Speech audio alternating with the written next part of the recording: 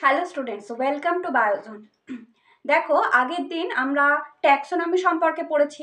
Taxonomy বিষয়টা কি জেনেছি, সিস্টেমেটিক্স বিষয়টা কি জেনেছি, এবং আমরা ক্লাসিফিকেশন সম্পর্কে জেনেছি, রাইট?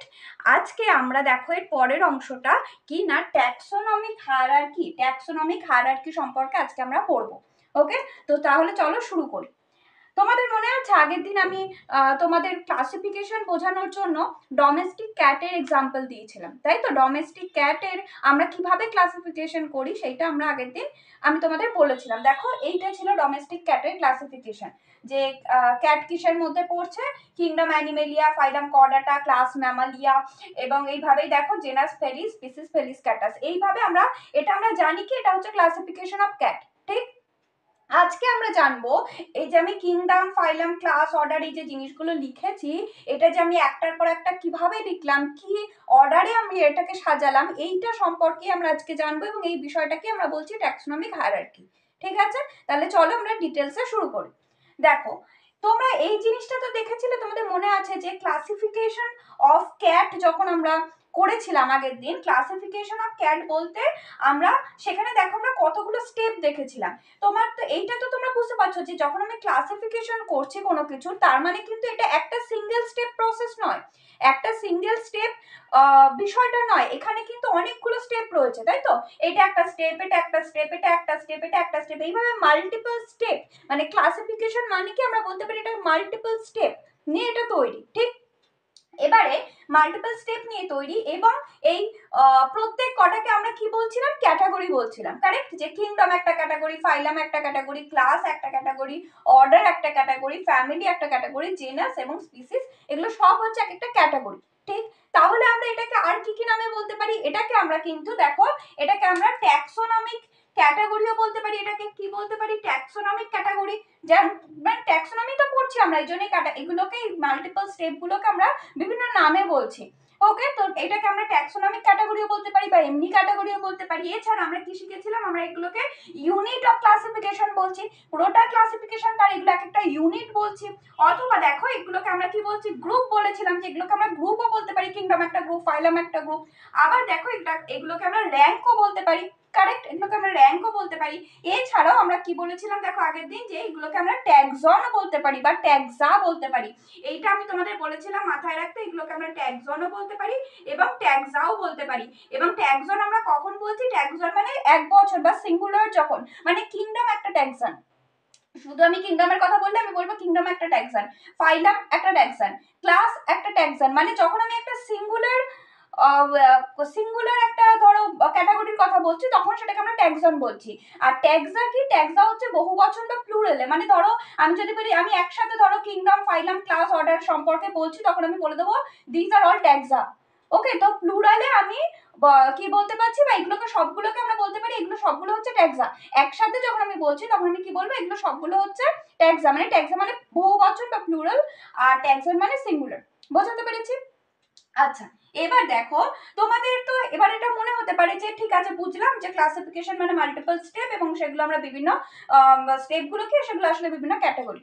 এবার দেখো, এই যে কিংডম লিখেছি, কিংডমের পর ফাইলাম লিখেছি, ফাইলামের পরেই আমি ক্লাস লিখেছি, এই যে প্রত্যেক কটা লিখেছি, এগুলোর কিন্তু একটা নির্দিষ্ট ক্রম আছে, নির্দিষ্ট ক্রম ক্রম বা একটা ক্রম পর্যায় আছে। মানে তোমাকে কিংডমের পর ফাইলামই লিখতে হবে, কিন্তু মানে যখন তুমি কারোর ক্লাসিফিকেশন লিখবো, যে কোনো অর্গানিজমের, যখন তুমি সেটা প্লান্ট হতে পারে, অ্যানিমাল হতে পারে, যে কোনো লিভিং অর্গানিজমের যখন তুমি ক্লাসিফিকেশন লিখছো, তোমাকে কিন্তু সবসময় প্রথমে কিংডমকেই লিখতে হবে, তারপরে কিন্তু তোমাকে ফাইলামকেই লিখতে হবে, তারপরে তোমাকে ক্লাসকেই লিখতে হবে, তারপরে তোমাকে অর্ডারকেই লিখতে হবে, তারপরে তোমাকে ফ্যামিলিকেও লিখতে হবে, তারপরে তোমাকে জেনাস, এবং তারপরে তোমাকে স্পিসিসকেই লিখতে হবে। মানে দেখো, আমি কিংডমের পর কিন্তু স্পিসিস লিখে দিতে পারি না ডাইরেক্ট, ঠিক আছে? মাঝে এতগুলো জিনিস কিন্তু তোমাকে লিখতে হবে। এবারে তার মানে কি, এগুলোর একটা নির্দিষ্ট ক্রম পর্যায় রয়েছে, তাই তো? মানে একটা ক্রম মেনটেন করে এই ক্যাটাগরিগুলোকে আমাদের লিখতে হচ্ছে, এটাকেই আমরা হায়ারার্কি বলছি। ওকে, বাংলাতেও তোমরা এটা হায়ারার্কি ওয়ার্ডটা পড়বে, যে ট্যাক্সোনমিক হায়ারার্কি, এইটা হায়ারার্কিকে আমরা বাংলাতেও হায়ারার্কি বলবো। হায়ারার্কি মানে কি? হায়ারার্কি মানে হচ্ছে একটা সিকোয়েন্সিয়াল অ্যারেঞ্জমেন্ট। ওকে, তাহলে হায়ারার্কি বলতে আমরা বলতে পারি যে এই যে হায়ারার্কি শব্দটার মানে হচ্ছে, এই যে ধরো এই যে হায়ারার্কি, এই শব্দটার মানে কি না, এই শব্দটার মানে হচ্ছে একটা সিকোয়েন্সিয়াল অ্যারেঞ্জমেন্ট। ওকে, একটা সিকোয়েন্সিয়াল অ্যারেঞ্জমেন্ট মানে কি একটা ক্রম পর্যায়ে একটা সজ্জাক্রম, একটা ক্রম মেনটেন করতে হবে আমাকে, ঠিক আছে। হায়ারার্কি মানে সিকোয়েন্সিয়াল অ্যারেঞ্জমেন্ট। আচ্ছা, তাহলে এখানে সিকোয়েন্সিয়াল অ্যারেঞ্জমেন্ট অফ কিসের সিকোয়েন্সিয়াল অ্যারেঞ্জমেন্ট করছি আমরা? Category sequential arrangement, correct. আচ্ছা আচ্ছা, এবার তোমাদের একটা জিনিস, তোমরা ছোটবেলায় এই জিনিসটা পড়েছো, দেখো ক্রম কিন্তু দু রকম ভাবে হতে পারে, কারেক্ট। একটা হতে পারে অ্যাসেন্ডিং আর একটা হতে পারে ডিসেন্ডিং, তাই তো। তাহলে ক্রম দু রকম হতে পারে, এই জায়গাটা লিখলাম, ঠিক আছে। একটা হতে পারে অ্যাসেন্ডিং, একটা হতে পারে ডিসেন্ডিং, একটা হতে পারে ডিসেন্ডিং। ওকে, ডিসেন্ডিং। তাহলে অ্যাসেন্ডিং আর ডিসেন্ডিংটা কি? অ্যাসেন্ডিং মানে কি ছোট থেকে বড়, মানে ধর আমি 1 থেকে লিখছি, 1 2 3 4 5 6 7 8 9 10, এই যে 1 থেকে 10 গেলাম, তার মানে অ্যাসেন্ডিং মানে হচ্ছে বেসিক্যালি 1 2 এইভাবে করে করে যখন আমি যাচ্ছি 9 10। ওকে, তার মানে কি আমি ছোট থেকে বড়তে যাচ্ছি, ছোট থেকে বড়তে যাচ্ছি যখন, সেটা হচ্ছে, বা কম থেকে বেশিতে যাচ্ছি, সেটা হচ্ছে অ্যাসেন্ডিং। আর ডিসেন্ডিং মানে তোমরা জানো ঠিক এটার উল্টো, মানে ধরো 10 9 এরকম যদি উল্টো গুনতে গুনতে আমি যদি 3 2 1 লিখি, তাহলে এটা হচ্ছে ডিসেন্ডিং। ওকে, মানে কি বড় থেকে ছোট, বড় থেকে ছোট বা বেশি থেকে কম, তাহলে এটা তোমরা জানো। তাহলে আমরা ক্রম দুভাবে লিখতে পারি, একটা ক্রম আমরা লিখতে পারি ছোট থেকে বড়তে, আবার একটা ক্রম লিখতে পারি আমরা বড় থেকে ছোটতে। তো এই যে আমি তো এটা বুঝলাম যে আমাকে ক্যাটাগরি গুলোকে বা যেগুলো ট্যাক্সন গুলোকে আমাকে একটা সিকোয়েন্সিয়াল অ্যারেঞ্জমেন্টে লিখতে হবে, এবং এই যে সিকোয়েন্সিয়াল অ্যারেঞ্জমেন্ট অফ ট্যাক্সন মানে ট্যাক্সনের যে সিকোয়েন্সিয়াল অ্যারেঞ্জমেন্ট, এটাকেই আমরা কি বলছি? আমরা এটাকেই কিন্তু হায়ারার্কি বলছি। কি এবার এই যে ক্রমটা আমরা দুভাবে লিখতে পারি, দেখো আমরা ক্রমটাকে ছোট থেকে বড়তেও লিখতে পারি, মানে এই ট্যাক্সোনমিক ক্লাসিফিকেশন লেখার ক্ষেত্রে, মানে ট্যাক্সন গুলো লেখার ক্ষেত্রে আমরা কিন্তু ছোট থেকে বড়তেও লিখতে পারি, আবার বড় থেকে ছোটতেও লিখতে পারি, কিন্তু যাই লেখো না কেন তোমাকে কিন্তু সেই অর্ডারটা বলে দিতে হবে, মানে মেনশন করতে হবে যে আমি ছোট থেকে বড়তে লিখছি না বড় থেকে ছোটতে লিখছি। বোঝা গেছে? তাহলে এটাই হচ্ছে ট্যাক্সোনমিক হায়ারার্কি, এবং যে বিষয়টা মানে ট্যাক্সোনমিক হায়ারার্কি মানে কি, এটা বোঝা গেল। আচ্ছা, এবার দেখো, এই যে আমি তোমাকে বলছি না আমাদের এই যে বিষয়টা এইখানটায় চলে আসো, দেখো এই যে kingdom, phylum, class, order, family, genus, species, তার মানে এই যে 7টা রয়েছে, এই যে কয়েকটা জিনিস যেটা রয়েছে, এই 7টাই কিন্তু আমাদের বাধ্যতামূলক ক্যাটাগরি তুমি বলতে পারো, বা অবলিগেট ক্যাটাগরি বা বাধ্যতামূলক ক্যাটাগরি। মানে কি এই যে 7টা, এই 7টাকে যে কোনো ক্লাসিফিকেশন যখন আমরা লিখছি, 7টাকে আমাদের মেনশন করতেই হবে, মেনশন করতেই হবে। এই 7টাকে কিন্তু আমরা বাদ দিয়ে দিতে পারি না, যখন কোনো ক্লাসিফিকেশন লিখছি বা ক্লাসিফিকেশন করছি তখন কিন্তু এই 7টাকে আমরা বাদ দিয়ে দিতে পারি না, 7টাকে আমাদের লিখতেই হবে। এই জন্য এটাকে আমরা বলছি অবলিগেট বা বাধ্যতামূলক, এগুলো হচ্ছে ক্যাটাগরি, ঠিক, বা বাধ্যতামূলক ট্যাক্সন। এছাড়াও আরো কিন্তু কিছু ট্যাক্সন হয়, যেমন তোমাদের কয়েকটা উদাহরণ দিই। ধরো এই যে ফাইলাম লিখেছি না আমি, ফাইলাম কর্ডাটা, ঠিক আছে, ফাইলামের ওপরেও আরেকটা ছোট, মানে যেটা ফাইলামের থেকে একটু বড় আরেকটা ক্যাটাগরি হয়, সেটাকে আমরা কি বলি? সেটাকে আমরা বলি সুপার ফাইলাম। সুপার মানে কি ওপরে, সুপার মানে বেশি, তাই তো। তার মানে ফাইলামের ওপরে যদি আমি লিখি সেটাকে সুপার ফাইলাম, আর ফাইলামের নিচেও আরেকটা ক্যাটাগরি হয় ফাইলামের থেকে একটু ছোট, সেটাকে বলে সাব ফাইলাম। সাব মানে কি নিচে, নিচু, তাই তো। সাব মানে মানে লোয়ার ক্যাটাগরি একটু। তার মানে এই যে কিংডম, ফাইলাম, ক্লাস, অর্ডার, এই যে প্রত্যেক কটা 7টা যে অবলিগেট ক্যাটাগরি আছে, প্রত্যেকটা ক্যাটাগরিকেই কিন্তু আমি এইভাবে লিখতে পারি সুপার আর সাব দিয়ে। যেমন ধরো আমি লিখতে পারি সুপার ফাইলাম, সাব ফাইলাম লিখতে পারি, সেরকম সুপার ক্লাস, সাব ক্লাস লিখতে পারি, সেরকম ধরো সুপার অর্ডার, সাব অর্ডার লিখতে পারি, ঠিক আছে। বা ট্রাইব বলে একটা ক্যাটাগরি হয়। তো এই যে জিনিসগুলো আমি বলছি, এইগুলো যদি তোমরা কোনো ক্লাসিফিকেশনে দেখো, এটা কেন করা হচ্ছে? এটা করা হচ্ছে যাতে ক্লাসিফিকেশনটাকে আরো ডিটেলে আমি করতে পারি, আরো মানে ভালোভাবে, আরো ব্যাখ্যামূলকভাবে সেই ক্লাসিফিকেশনটাকে, মানে আরো ডিটেলে সেই ক্লাসিফিকেশনটাকে করার জন্য আমরা এই সুপার সাব এগুলো ইউজ করি, কিন্তু এগুলো কিন্তু বাধ্যতামূলক ক্যাটাগরি নয়, বা এগুলো কিন্তু অবলিগেট ক্যাটাগরি নয়। তাহলে তোমাদের কি মনে রাখতে হবে? বাধ্যতামূলক বা অবলিগেট যে 7টা ক্যাটাগরি রয়েছে সেটা হচ্ছে এইটা, মানে কোনো ক্লাসিফিকেশন লেখার সময় তোমাকে 7টা লিখতেই হবে। বোঝা গেল?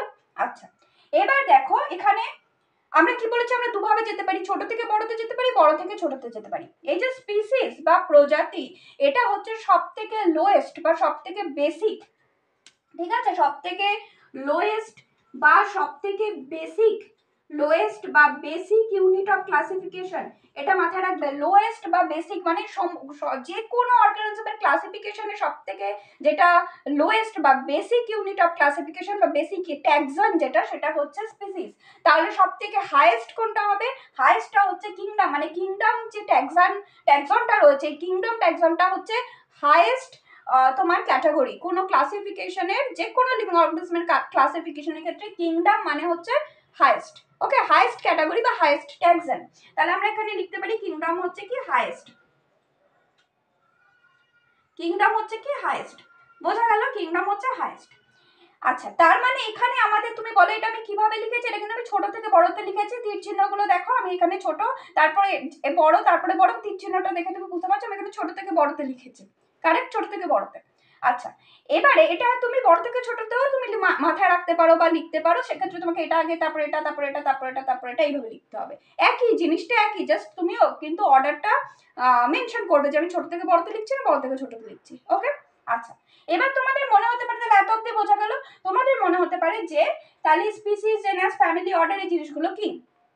আচ্ছা দেখো, স্পিসিস মানে ধরো সব থেকে লোয়েস্ট, মানে এই স্পিসিসের যে অর্গানিজম গুলো থাকবে, যেমন দেখো হিউম্যান, আমরা হোমো স্যাপিয়েন্স, এটা একটা স্পিসিস।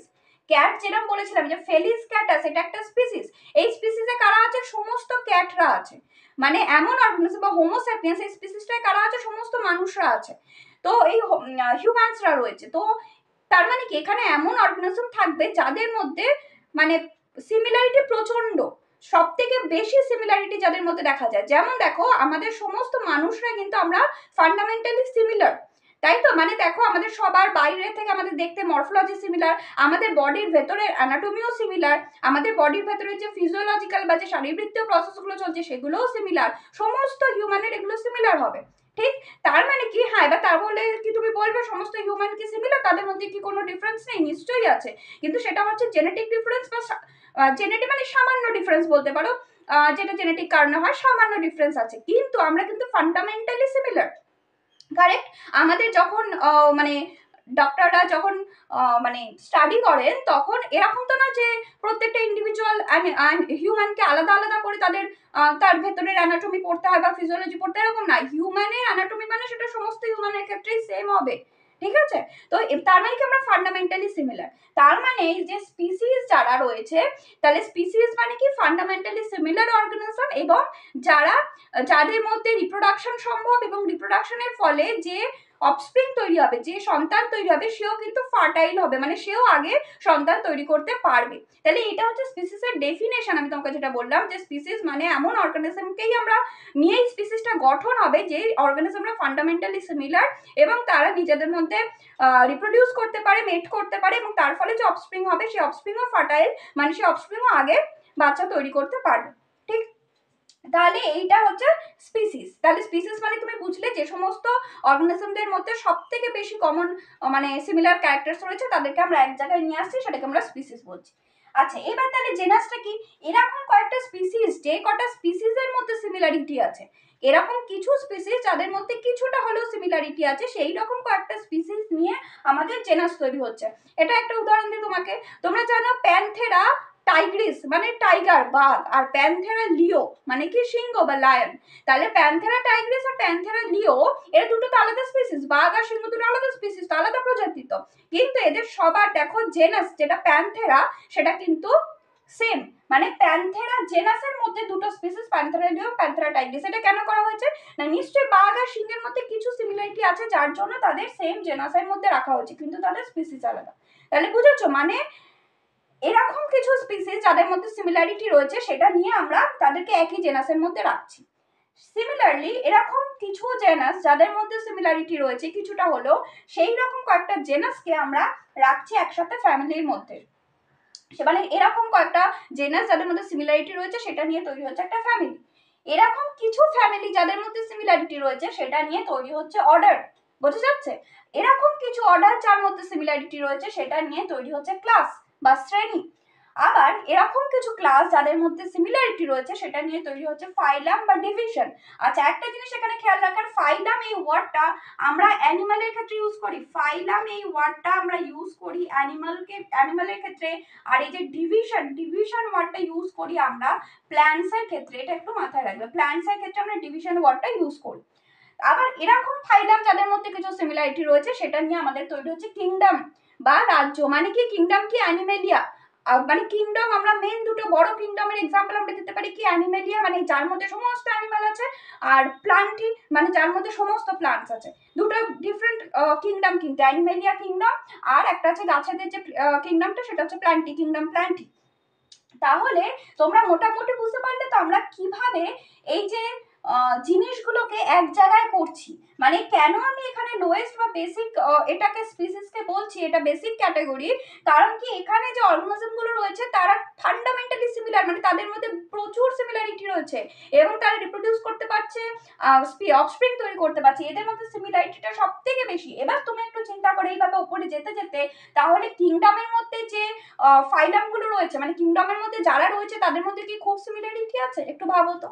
তোমাকে একটা এক্সাম্পল দিই, দেখো আমরাও কিংডম মানে কি, তোমাকে একটা কি বললাম, কিংডম মানে অ্যানিমেলিয়া কিংডম তুমি ধরতে পারো। অ্যানিমেলিয়া কিংডম মানে কি যত অ্যানিমাল আছে সবাই এই কিংডম অ্যানিমেলিয়ার মধ্যে পড়ছে। তাহলে তুমি চিন্তা করো কত বিভিন্ন ধরনের অ্যানিমাল আছে, হিউম্যানও অ্যানিমাল, তুমি এখানে যেটা বাঘ সিংহ দেখতে পাচ্ছ তারাও অ্যানিমাল, আবার তোর সমুদ্রে কত রকমের অ্যানিমাল রয়েছে, কারেক্ট, ফিশরাও অ্যানিমাল। এবার কত ফিশ দেখো সমুদ্রে রয়েছে, পন্ডে রয়েছে, কত টাইপের রয়েছে। তারপরে তোমরা আরো ক্লাসিফিকেশনে জানবে যেগুলো পরিফেরা, নিডারিয়া, এরা সামুদ্রিক এক একটা জীব, ঠিক আছে, এরাও সব অ্যানিমাল। তাহলে এই সমস্ত বিভিন্ন সবাইকে, যেমন স্পঞ্জ হচ্ছে পরিফেরার মধ্যে পড়ছে, স্পঞ্জও একটা অ্যানিমাল, কিন্তু ও কিন্তু স্পঞ্জ যেটা সেই অ্যানিমালটা কিন্তু এই মানে কিংডম অ্যানিমেলিয়ার মধ্যে পড়ছে। তাহলে এবার তুমি ভাবো কিংডম অ্যানিমেলিয়ার মধ্যে মানে সমস্ত অ্যানিমালরা রয়েছে, তাই এদের মধ্যে কি খুব সিমিলারিটি রয়েছে?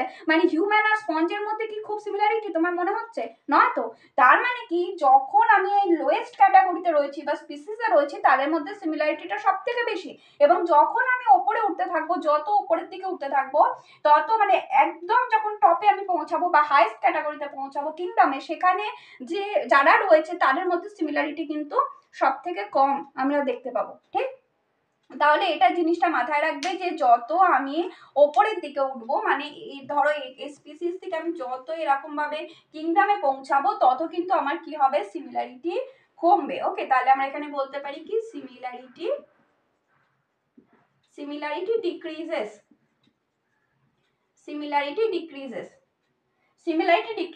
আর সিমিলারলি ধরো আমি যদি এই কিংডম থেকে যত নিচের দিকে নামবো, স্পিসিসে নামবো, তার মানে এখানে আমরা কি বলতে পারি, এখানে আমরা বলতে পারি সিমিলারিটি কি হবে, এখানে আমার ইনক্রিজ করবে, বাড়বে, সিমিলারিটি ইনক্রিজেস, আর এখানে হচ্ছে সিমিলারিটি ডিক্রিজেস, এটা মাথায় রাখবে। ওকে, তার মানে যত আমি ওপরে স্পিসিস থেকে কিংডমে যাব আমার সিমিলারিটি কি হবে, কমবে, এবং কিংডম থেকে যত আমি স্পিসিসে নামবো তত আমার সিমিলারিটি কি হবে, বাড়বে। বোঝা গেছে? তাহলে আজকে আমরা এই অবধি পড়বো। এর পরের ক্লাসে আমরা এই যে জিনিসটা তোমাদের বললাম যে জেনাস, ফ্যামিলি, অর্ডার, ক্লাস, ফাইলাম, এই যে জিনিসটা আমি বললাম এটাকে আমরা আরো এক্সাম্পলের সাহায্যে জিনিসটাকে বুঝবো, এবং আশা করছি নেক্সট দিন তোমাদের এই চ্যাপ্টারটা আমি কমপ্লিট করে দিতে পারবো, তোমাদের প্রথম চ্যাপ্টারটা হয়ে যাবে। তা আশা করি তোমরা আজকের ক্লাসটা বুঝতে পেরেছো। বুঝতে পারলে তুমি অবশ্যই চ্যানেলটিকে সাবস্ক্রাইব করো, লাইক করো ভিডিওটি, এবং পরের দিন আমরা এই সেম জিনিসটাই মানে হায়ারার্কির বিষয়টাই আমরা আরো এক্সাম্পল দিই, যেরকম তোমাকে আমি বাঘ সিংহের এক্সাম্পলটা দিলাম, এরকম প্রতি জিনিসটাই আরো এক্সাম্পল দিয়ে তোমাদের এনসিইআরটি বইতে যে জিনিসগুলো রয়েছে, যে এক্সাম্পলগুলো রয়েছে সেগুলো দিয়ে আমি পরের দিন এটা আরেকবার মানে আরো ডিটেলসে তোমাদের এক্সাম্পল নিয়ে আলোচনা করবো। ওকে, থ্যাংক ইউ।